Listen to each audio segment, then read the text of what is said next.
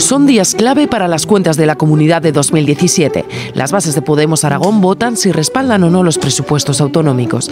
En total son 15.000 los inscritos que pueden aprobarlos o rechazarlos mediante unas urnas virtuales que se cierran el domingo. De momento, su secretario general ya se ha decantado por el sí. Asegura que la alternativa, la de la prórroga de las cuentas pensadas para el 16, es peor. El de los presupuestos es uno de los asuntos que estos días hay sobre la mesa. Otro, la educación concertada. 13 aulas de primero de educación infantil que el Ejecutivo, alentado por Podemos, quien solicitaba el cierre de hasta 28, decidió no abrir y que ahora están en los tribunales. También en estos corrillos se habla del futuro del secretario general de Podemos Aragón, de Pablo Echenique, que es además secretario de Organización de la Formación a nivel nacional. Debe dejar uno de los dos cargos orgánicos y aseguró que tras la aprobación de presupuestos abordaría la cuestión. Pero hay más asuntos: la moción de censura planteada a Mariano Rajoy, los presupuestos generales del Estado o la nueva situación europea.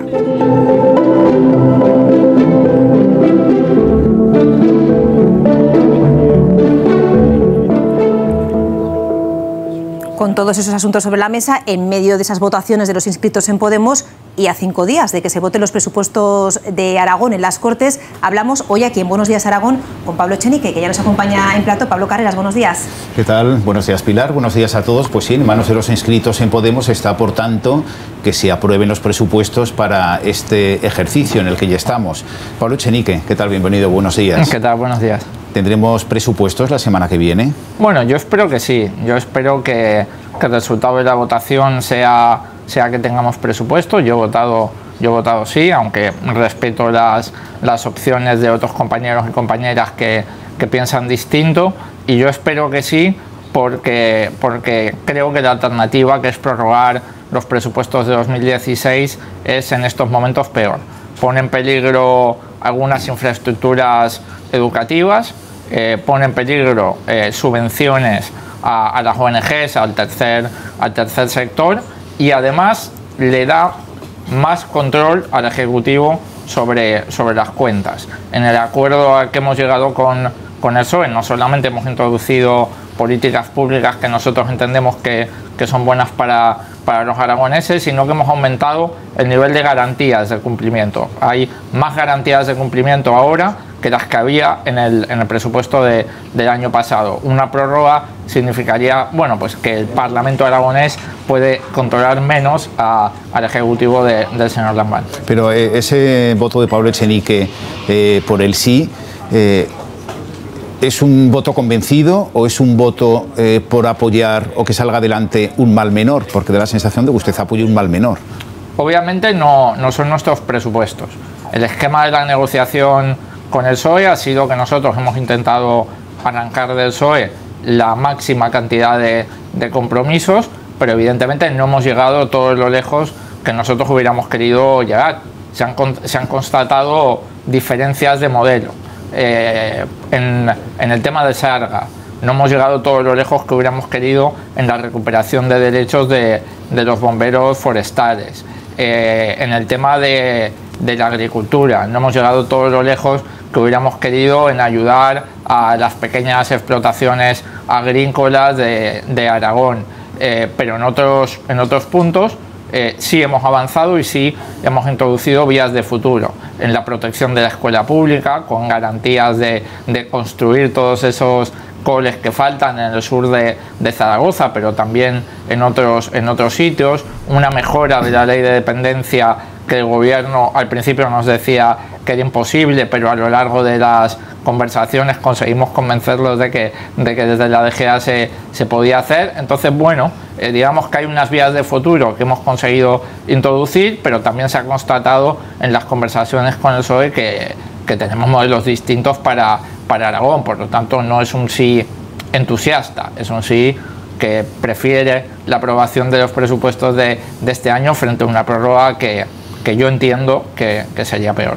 Vamos a recuperar las palabras del presidente de Aragón, de Javier Lambán, que ayer mismo decía que está convencido que las cifras que se van a presentar para su aprobación el próximo miércoles contienen el espíritu de los pactos de investidura y, por lo tanto, se puede considerar que son también los presupuestos de Podemos. Escuchen. Creo sinceramente que esta fuerza política debería mirar los presupuestos con menos reticencias de lo que lo hace, porque realmente en esos presupuestos se ven plasmadas muchas de sus pretensiones, muchas de sus reivindicaciones, por tanto, en gran medida son sus presupuestos. ¿En qué porcentaje son sus presupuestos? Pues no te sabría fijar un porcentaje, pero desde luego no son nuestros presupuestos. Son los presupuestos del Partido Socialista con algunas vías de futuro que ha conseguido introducir Podemos en ellos. Ese es el análisis que hacemos. El presidente puede hacer el suyo, pero el de Podemos es ese que es. ¿Qué porcentaje es necesario para que sea vinculante la consulta que en estos momentos están realizando, que comenzaba el pasado miércoles y que va a extenderse hasta el próximo domingo? Pues el porcentaje legal para que sea vinculante es del 10%.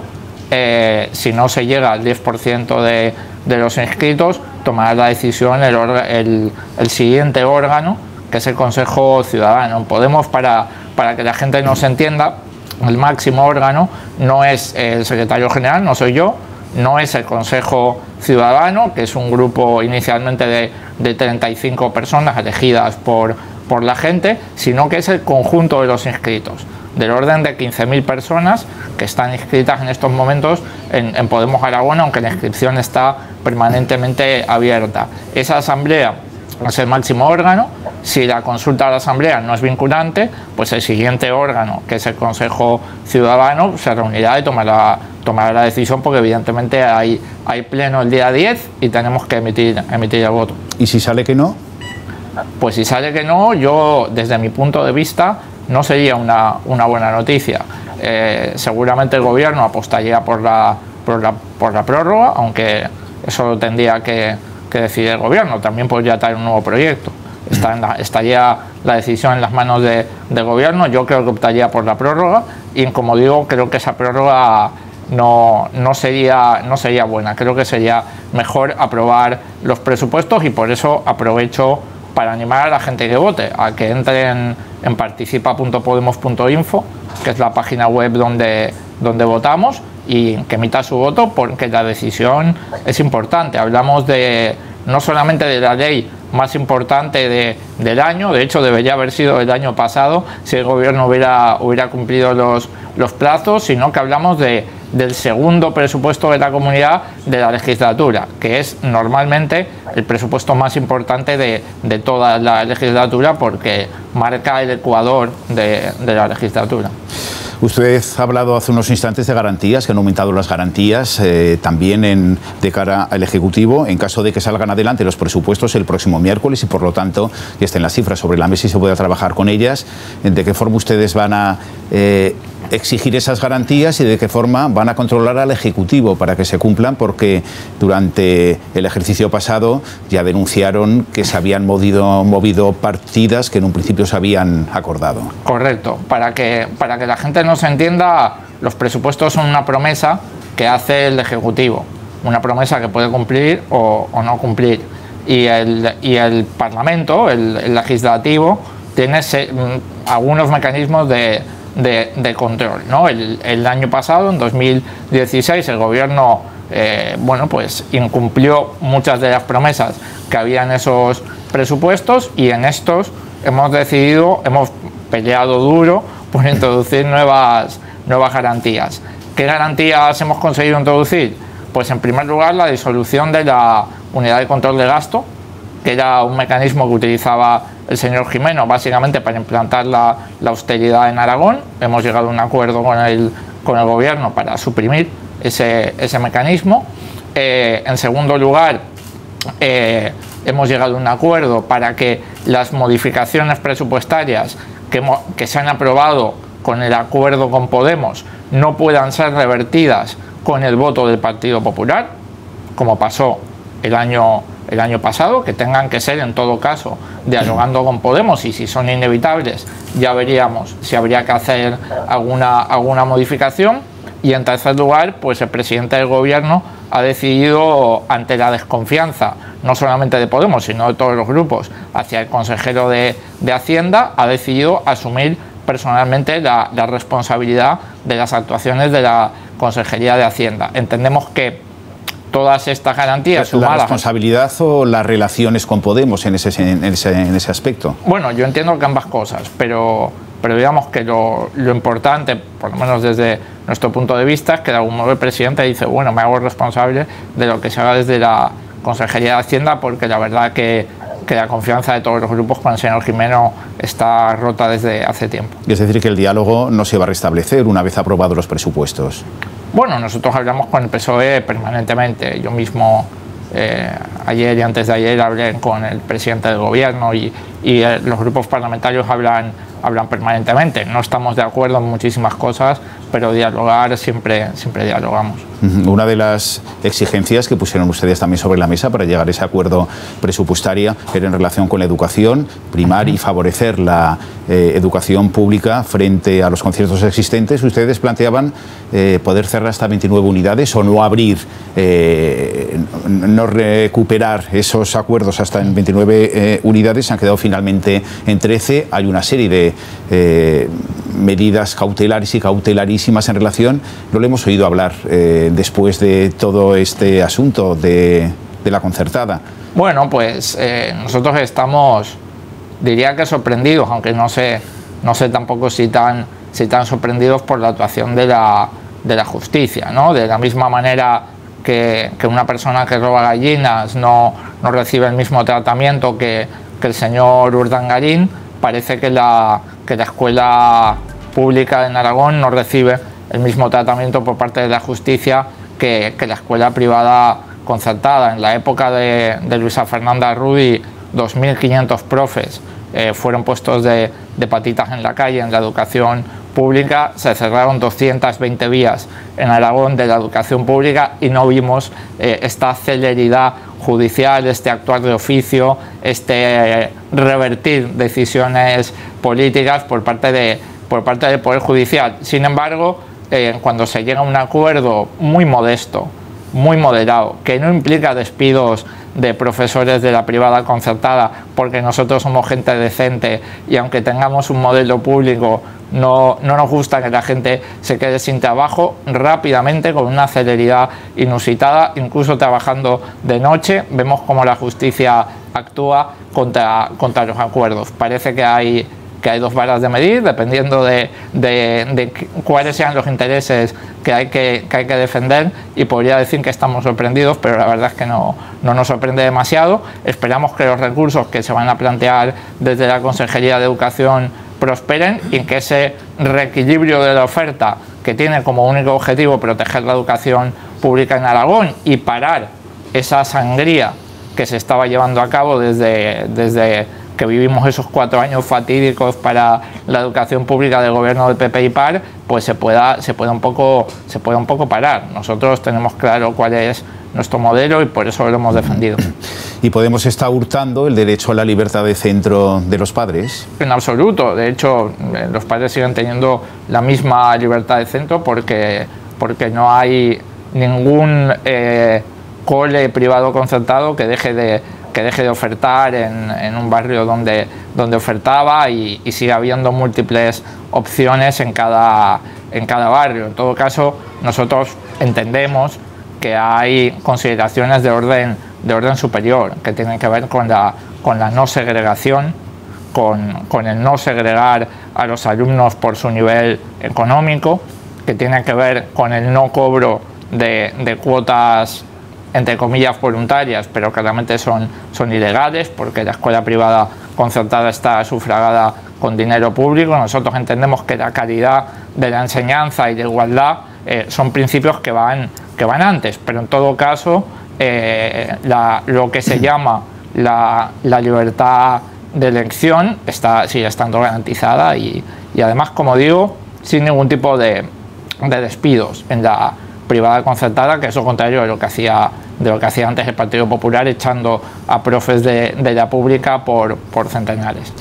Son cuestiones que también se reflejan en los presupuestos que se debatirán a partir del próximo miércoles en las Cortes de Aragón.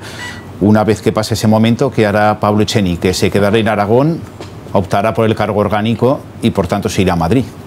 Bueno, yo tengo mucho interés en seguir desarrollando mi labor en la Secretaría de Organización. Lo he dicho públicamente.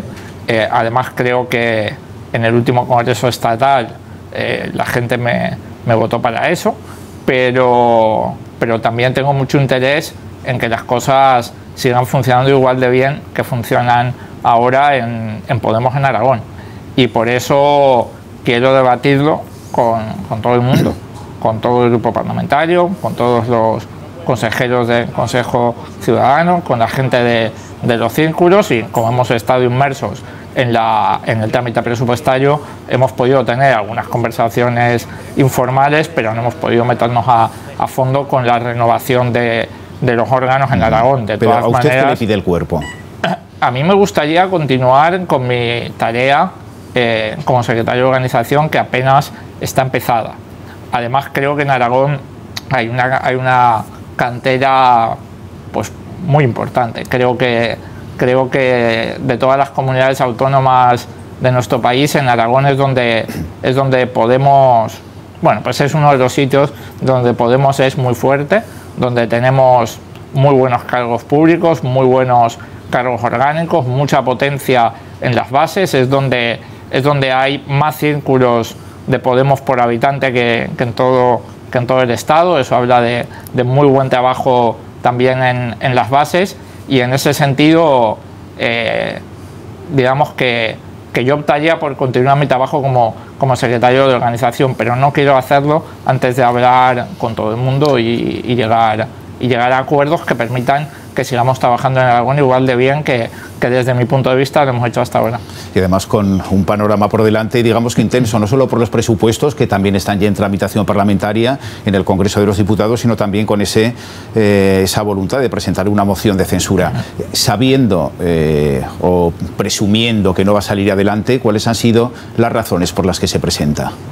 Bueno, creo que en primer lugar hay que recordar que hace 4 años el señor Rubalcaba anunció la posibilidad de plantearle una moción de censura al señor Mariano Rajoy, y hace 4 años era imposible que prosperase una moción de censura porque el PP tenía mayoría absoluta en el Congreso de los Diputados. Ahora el PP no tiene mayoría absoluta. Ahora una moción de censura en el Congreso de los Diputados contra el gobierno del Partido Popular puede prosperar. Solamente haría falta que Unidos Podemos, Ciudadanos y el PSOE nos pusiéramos de acuerdo. A diferencia de cuando lo propuso el señor Rubalcaba, que era imposible, ahora es posible. Nosotros entendemos que es una obligación ética presentarla, más allá de los números, y lo entendemos porque en el último mes hemos visto una nueva vuelta de tuerca. Ya sabíamos que el Partido Popular era un partido corrupto, ya sabíamos que el Partido Popular estaba sustrayendo dinero público para pagar sus campañas electorales y para que sus altos cargos vivieran una vida de privilegio, pero lo que hemos visto en el último mes con especial temor y con especial preocupación es cómo este romper la ley, saquear las arcas públicas, además de llevarse a cabo, se protege desde las instituciones públicas. ¿Quieren ustedes que el resto de las formaciones políticas se fotografíen ante la actual situación, por tanto? Hombre, las demás fuerzas políticas van a tener que tomar una decisión y van a tener que votar y van a tener que responder ante sus electores. Nosotros entendemos que hay una mayoría social que no quiere que Mariano Rajoy sea presidente. Desde luego, la gente que ha votado a Unidos Podemos, pero también mucha gente que ha votado al PSOE y a Ciudadanos. No podemos olvidar que el PSOE hizo campaña para el 26 de junio diciendo que jamás iba a investir a Mariano Rajoy, y eso es lo que escucharon sus electores antes de ir a votar. Y lo mismo hizo el señor Rivera, independientemente de que luego ambos partidos cambiaran de opinión después de que ya se había votado, después de que ya le habían dicho eso a sus electores, y situaran a Mariano Rajoy en la presidencia del gobierno. Nosotros entendemos que hay más españoles que quieren echar a Mariano Rajoy de españoles que no quieren echar a Mariano Rajoy, básicamente por lo ocurrido el 26 de junio. Ojalá podamos conseguir que salga adelante, pero efectivamente si no sale adelante, pues todas las fuerzas tendrán que votar y tendrán que decirle a la gente lo que piensan de mantener o no mantener al señor Mariano Rajoy, que no olvidemos, es testigo de la Gürtel, está llamado a declarar a la Audiencia Nacional, pues ya veremos qué votan los demás partidos. Queda únicamente 30 segundos, hay pleno en las Cortes, sí, a partir de las 9:30, tiene que llegar a esa cita en la Cámara, pero aquí le quiero pedir una reflexión muy rápida con uno de los titulares que vemos hoy en la prensa, sí, del que también hemos hablado nosotros. Enel anuncia el cierre de la térmica de Andorra, según se informó en la Junta de Accionistas del grupo celebrada en Roma.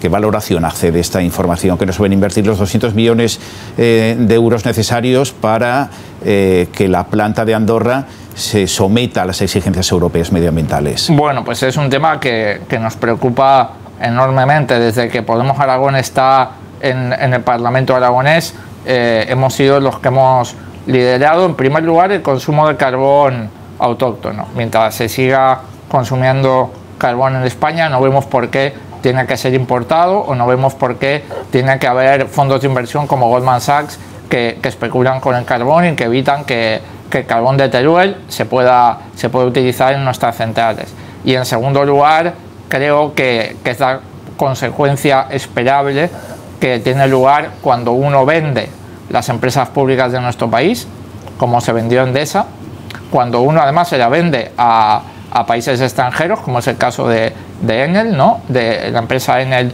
italiana, y cuando además, bueno, pues altos cargos tanto del Partido Popular como del Partido Socialista están en los consejos de administración de Enel y de Endesa, o bien como consejeros o bien como asesores externos. Creo que es lo que pasa cuando los poderes económicos y los poderes públicos no defienden a la gente y no defienden al territorio. Ojalá el señor Lambán haga todo lo que tiene que hacer para intentar revertir esta decisión de Enel, pero cuando uno vende las empresas públicas y cuando uno deja que las empresas de IBEX hagan lo que quieran, al final acaba sufriendo la gente, y creo que esta decisión injusta con el territorio aragonés tiene que ver mucho con eso.